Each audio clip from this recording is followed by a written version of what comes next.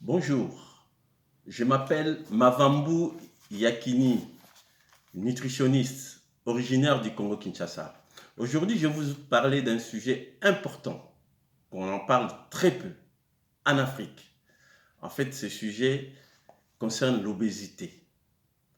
L'obésité en Afrique, on en parle très peu, alors que c'est un problème nutritionnel important de santé publique. Aujourd'hui, même 80% des diabètes sont attribués à l'obésité. L'obésité en Afrique, c'est dû à plusieurs facteurs, notamment les importations massives de produits qui viennent de l'Europe, de l'Amérique, de l'Asie, qui pullulent dans les supermarchés des différentes grandes villes, Dakar, Kinshasa, Yaoundé. Et ces produits, les Africains en consomment en grande quantité sans contrôler. Et il y a un problème d'obésité qui s'installe.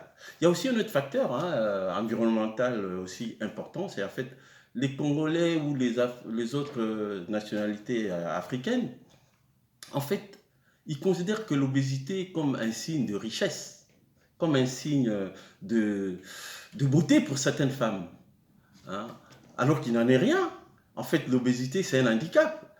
Et ce sont les mêmes personnes qui sont incapables de monter dans un bus. Ils sont incapables de marcher, de faire des marches pour arriver à leur bureau. Et c'est là, ça devient vraiment inquiétant. Mais les pouvoirs publics en Afrique ne tiennent pas compte. Et l'obésité touche environ 300 millions des Africains. Alors, donc, c'est important, c'est un problème de santé publique. Mais en fait, l'obésité, c'est quoi?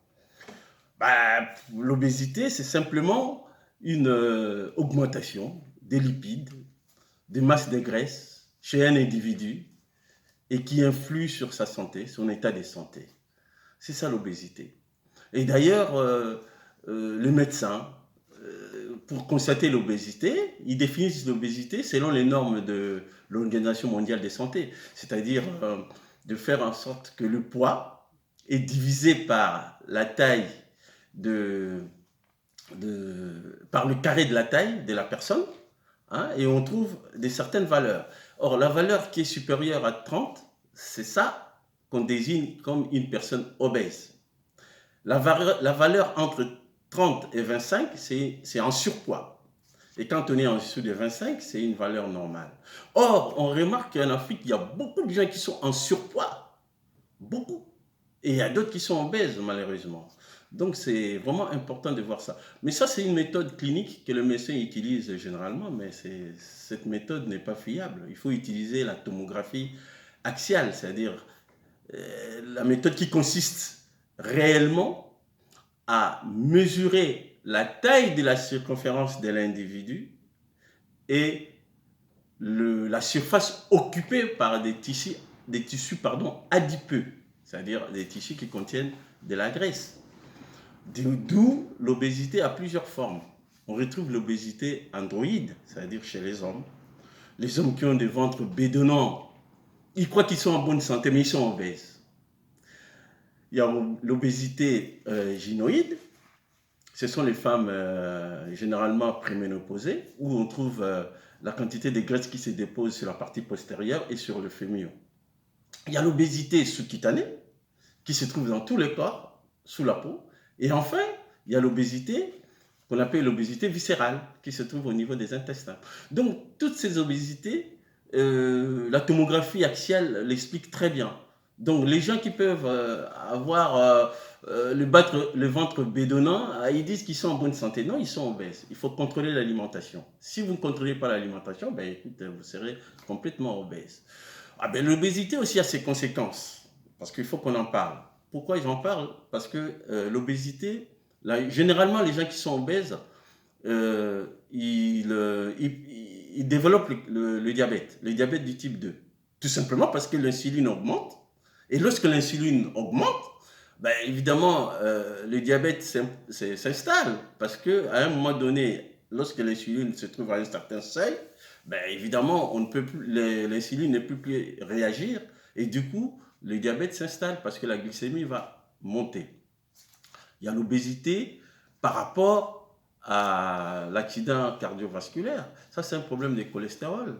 Mais quand on mange trop de la graisse, quand on ne contrôle pas, ben le cholestérol s'installe. Surtout le cholestérol qu'on dit le mauvais cholestérol, hein, c'est-à-dire LDL, hein, Low Density Lipoproteins. Ça crée de graisse qui se dépose sur les artères. Donc on peut avoir l'infarctus de myocarde, tout comme on peut avoir l'accident vasculaire cérébral. Ça, c'est très, très dangereux. Donc il faut contrôler aussi le taux de cholestérolémie. Ensuite, il y a l'obésité du type cutané. Ça, c'est au niveau hommes et femmes, hein, au niveau de la peau. Ça se développe partout dans le corps humain. Enfin, il y a aussi l'obésité au niveau viscéral, au niveau des intestins, où on trouve beaucoup de graisse, qui fait que l'absorption des aliments pose beaucoup de problèmes et il y a des maladies métaboliques qui s'installent. Alors, dans tout ça, en tant que nutritionniste, il faut que je donne des conseils. Les conseils que je donne, en premier lieu, il faut baisser l'alimentation sucrée, parce que le sucre contribue à donner de la graisse. Biochimiquement, à partir de dégradation du sucre, on peut aboutir à une molécule simple, hein, qu'on appelle l'acétyl-coenzyme A, qu'on appelle l'acétyl-CoA. Et l'acétyl-CoA peut aussi dégénérer, disons, synthétiser la matière grasse. D'où le foie va souffrir, parce que le foie va encaisser tous les glycérides qui vont se former. Donc il faut préserver le foie. C'est un organe biochimique très très important. Il ne faut pas les faire souffrir. C'est pourquoi certaines personnes ont aussi la stéatose de foie. Et enfin, l'obésité aussi est liée avec la tension artérielle. Beaucoup d'Africains ont maintenant le problème de hypertension. Beaucoup d'hypertendus en Afrique. Là aussi, il y a l'alimentation salée qui n'est pas contrôlée. Donc, il faut baisser l'alimentation salée. Il faut baisser l'huile, comme on avait dit tout à l'heure. Regardez, par exemple, quand on prépare le pondou. Mais à quoi bon de mettre beaucoup de matières grasses, beaucoup d'huile de palme dans le pondou? En Afrique de l'Ouest, par exemple, en Guinée, quand ils préparent les patates, les feuilles de patates, pourquoi mettre beaucoup d'huile de palme, beaucoup de sauce rouge dans l'alimentation? Il faut baisser. Nos amis d'Afrique du Nord, dans leur pâtisserie, par exemple, les Marocains, les Tunisiens, ils mettent trop de sucre. Il faut baisser le sucre. Et enfin, il y a un autre facteur que les gens ne disent pas assez, il faut faire beaucoup de sport. Quels que soient les types de sport. Il n'y a pas de limite. Le sport qui t'intéresse, il faut le faire. D'une manière modérée, 20 minutes quotidiennement, tous les jours. Ça ne sert à rien de dire que je suis un professionnel, faire du sport trop dur. Non, nous sommes tous des amateurs, mais faire 20 minutes de sport quotidiennement, ça va quand même soulager et éliminer l'énergie que vous consommez. Enfin, je vous dirais que j'ai produit un livre qu'on appelle Nutrition et alimentation au Congo-Kinshasa. Vous trouverez tout ce que je viens de dire en partie dans ce livre. Ce livre est très très important, que je vous demande. À Kinshasa, c'est produit, hein, c'est dans les librairies, on en trouve. On en trouve à librairie News Colot, dans les enceintes de complexe Africa Lux. On en trouve aussi sur le croisement Kassai et Avenue du Commerce, librairie des Grands Lacs. On trouve ces livres que j'ai édités moi-même, Nutrition et alimentation au Congo-Kinshasa. Vous pouvez le commander sur mon adresse, hein, ymavambu@yahoo.fr, ou vous me téléphonez au 0033 6 26 23 31 09. Je vous envoie le livre. Voilà en gros mes compatriotes africains.